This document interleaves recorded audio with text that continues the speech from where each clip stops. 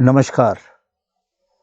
आज हम एक ऐसा विषय लेके आए हैं कि जो थोड़ा जटिल है और आंकड़ों से अक्सर भरपूर होता है। तो मैंने प्रयास किया है कि आंकड़े कम से कम किए जाएं और बात को सरल तरीके से, सरल भाषा में समझाया जाए। ये विषय है कि चीन, जो हमारा एक पड़ोसी देश है और काफ़ी बड़ा देश है, वो संसार में दूसरे नंबर की अर्थव्यवस्था आती है, तो उसके हालात कुछ अच्छे नहीं हैं। और चीन का जो जहाज़ है, चीन की जो अर्थव्यवस्था का जहाज़ है, वो डूब रहा है। उसके क्या इंडिकेटर हैं, किन कारणों से हम ये बात कह रहे हैं, उस पर हम आज बात करेंगे। अगर हम देखें तो चीन में 60 करोड़ ऐसे लोग हैं कि जिनकी आमदनी 1000 युआन से भी कम है। युआन चीन की मुद्रा है। महीने में वो $114 भी नहीं कमा पाते हैं। तो गरीबी में वो लोग रह रहे हैं। चीन में ऐसा नहीं है कि सब एक जैसे हैं। जैसा आम इंसान को भारत में ये इम्प्रेशन रहता है कि भाई चीन में तो सब एक ही जैसे हैं, सबका जीवन स्तर एक जैसा है, ऐसा नहीं है। चीन में भी गरीब और अमीर दोनों ही तरह के तबके मौजूद हैं। तो चीन का हालात खराब है। एक्सपोर्ट, जो निर्यात है चीन का, वो घट रहा है और आयात भी घट रहा है। जो इन्वेस्टमेंट है, जो लगाते हैं फैक्ट्रियों में और दूसरी जगह पे, वो भी घट रहा है। और कई ऐसी चीज़ें हैं कि जो ये बताती है कि चीन की व्यवस्था, आर्थिक व्यवस्था, अर्थव्यवस्था बुरे हाल में और बद से बदतर होती जा रही है और भी आगे की तरफ बढ़ रही है और कोई किसी तरह के सुधार के आसार नज़र नहीं आते। आप ये देखें कि चीन ने बहुत सारे देशों को ऋण दे रखा था और वो ऋण था जो बेल्ट एंड रोड करके एक स्कीम थी। उसमें जो ऋण दिया हुआ था उसका आने का आसार नहीं है। 60% ऐसा ऋण है चीन का जो वापस नहीं आएगा, क्योंकि वो जो कंट्री हैं वो खुद भी आर्थिक तंगी से गुजर रहे हैं। अफ्रीका के देश हैं इसमें मुख्य रूप से, तो उसके भी आसार नहीं है। दूसरी तरफ चीन के ऊपर अपना ऋण जो है बढ़ता जा रहा है। चीन के ऊपर 53 ट्रिलियन का ऋण है और 53 ट्रिलियन का ऋण है जो उसकी जीडीपी से 3 गुना ज़्यादा है, लगभग 300% ज़्यादा है। तो कोई सूरत नहीं है कि वो इसको चुका सके। जो अर्थशास्त्री कहते हैं कि जो हमारा जीडीपी है तो उसका जो 30-35% तक भी चल जाता है। अब चाइना की जीडीपी है 7 और 8 ट्रिलियन के बीच में,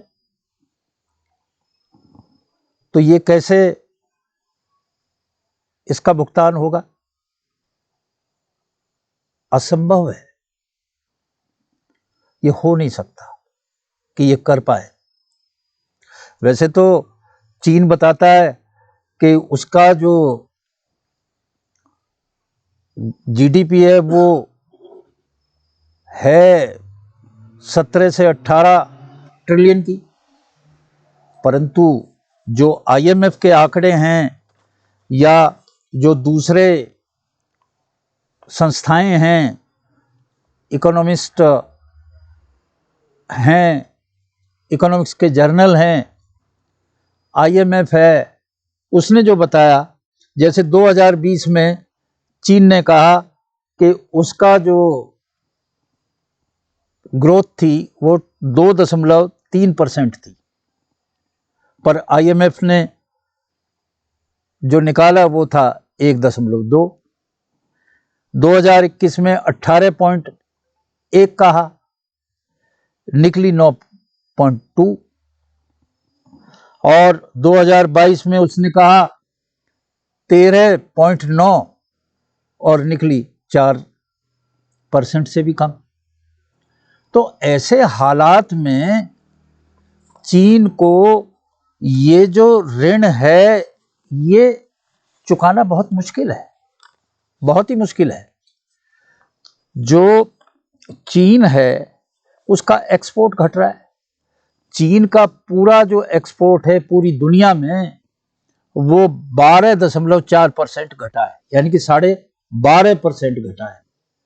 चीन जो अपना निर्यात अमेरिका को करता था वो 24.2% घटा है, और यूरोप के देशों में 17.5% इसका एक्सपोर्ट घटा है, और पूरी दुनिया में अगर जोड़ें तो 12.4% घटा है।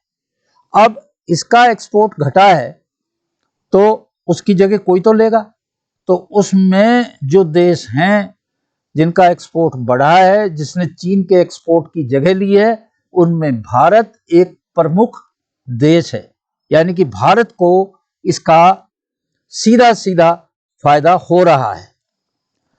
अब जहां तक इसके एक्सपोर्ट की बात करें तो एक चीज बड़ी साफ है कि जो इसका एक्सपोर्ट है उसकी वैल्यू भी कम हो रही है। क्यों कम हो रही है? एक तो एक्सपोर्ट कम हो गया 12.5%, और दूसरा जो है जो युआन है उसकी कीमत 8 से 9% गिर गई, तो दो तरफ से इसको नुकसान हुआ। तो टोटल जो एक्सपोर्ट है वो उसकी वैल्यू वो गिर गई। दूसरी तरफ जो इसके प्रोजेक्ट्स हैं जैसे बुलेट ट्रेन, अब बुलेट ट्रेन $100 बिलियन के घाटे में चल रही है। जो एयरलाइंस है वो 150 बिलियन के घाटे में चल रही है। जो अनएम्प्लॉयमेंट है, अनएम्प्लॉयमेंट वो चीन का जो लोग हैं ज्यादातर बुढ़े लोग हैं, क्योंकि जो चीन है उसका पॉपुलेशन का जो बढ़ने की दर है वो 0 है, और तो ज्यादातर आबादी बूढ़ी है, और जो लोग कमा सकते हैं इस लायक हैं उसमें भी 20% अनएम्प्लॉयमेंट है। हालात खराब है। दूसरा, जो चीन का एक बड़ा सेक्टर था रियल इस्टेट सेक्टर, उसमें यानी कि जो भवन निर्माण वगैरह का सेक्टर था वो इसकी जीडीपी का 1/3 था, लगभग 33% था। अब वो सेक्टर बैठ गया, बिल्डिंगें बना दी हैं पर उनका कोई खरीदार नहीं है। चीन में 50 से ज्यादा तो ऐसे शहर हैं बड़े बड़े बनाए हुए जिनमें एक भी खरीदार नहीं है, तो सीधा इसका 1/3 तो यही गिर गया। दूसरी बात जो खास है, चीन का एक बंदरगाह है संघाई, वहां पे बड़े कंटेनर जाते थे। एक दिन में जो 4 बड़े शिप जाते थे उनमें हजारों कंटेनर होते थे, और जो छोटे शिप थे उनमें थोड़े कम कंटेनर होते थे। आज हालात ये हो गए हैं कि संघाई के बंदरगाह पे 5-5, 6-6 दिन हो जाते हैं, कोई शिप लगता ही नहीं, कोई जहाज पानी का लगता ही नहीं। यह हालत हो गई है। अब इन हालातों को देखें तो चीन घटता जा रहा है और भारत बढ़ता जा रहा है। जितना चीन घटेगा उतना भारत बढ़ेगा। अब ये जो हालात हैं, इन हालात में ये स्पष्ट है, मैंने थोड़ी 2-4 मोटी मोटी बातें बताई, हालांकि आप बारीक से जाएं तो सारे इंडिकेटर ऐसे हैं जो पूरा विश्व मानता है और विश्व के अर्थशास्त्री मानते हैं कि चीन के हालात खराब होते जा रहे हैं, बद से बदतर होते जा रहे हैं। तो इन हालातों में चीन का डूबना निश्चित है। ये एक ऐसा जहाज है, जैसा मैंने शुरू में कहा कि डूबता हुआ जहाज है, और जिसमें कोई किसी भी तरह का वापसी आने का संकेत नहीं है। चीन ने ज्यादातर, अगर टेक्नोलॉजी की बात करें, चीन टेक्नोलॉजी कुछ नहीं है चीन की। चीन केवल नकलची है, नकल मारता है। चीन ने जो दूसरे लोगों की टेक्नोलॉजी है उसको रिवर्स इंजीनियरिंग के थ्रू उसकी नकल मारी है। अपने तो इसका कुछ है नहीं। अगर हम देखें जो बड़े बड़े टेक्नोलॉजी है उसमें एक भी कहीं भी आपको चीन का अता पता भी नहीं मिलेगा।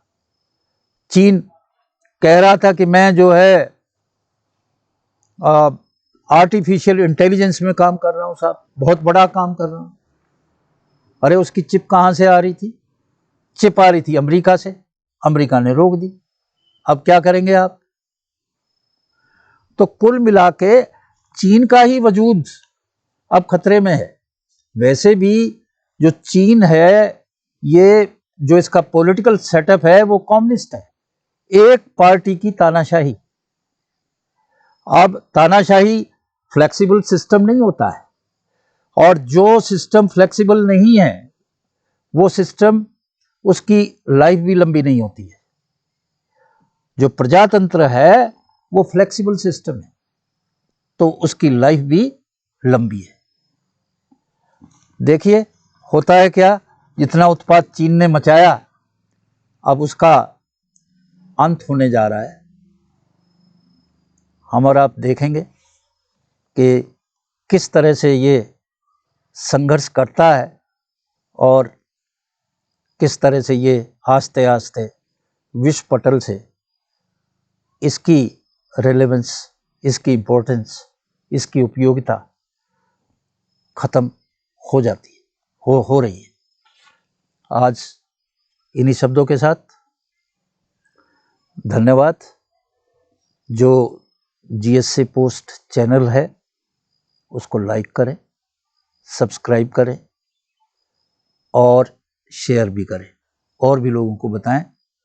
हमारा प्रयास है कि सरल से सरल शब्दों में, आम आदमी की भाषा में हम ऐसी बातों को, ऐसे विषयों को जो महत्वपूर्ण हैं, जनता के लिए महत्वपूर्ण है, देश के लिए महत्वपूर्ण है, उन्हें आपके सामने लाते रहें।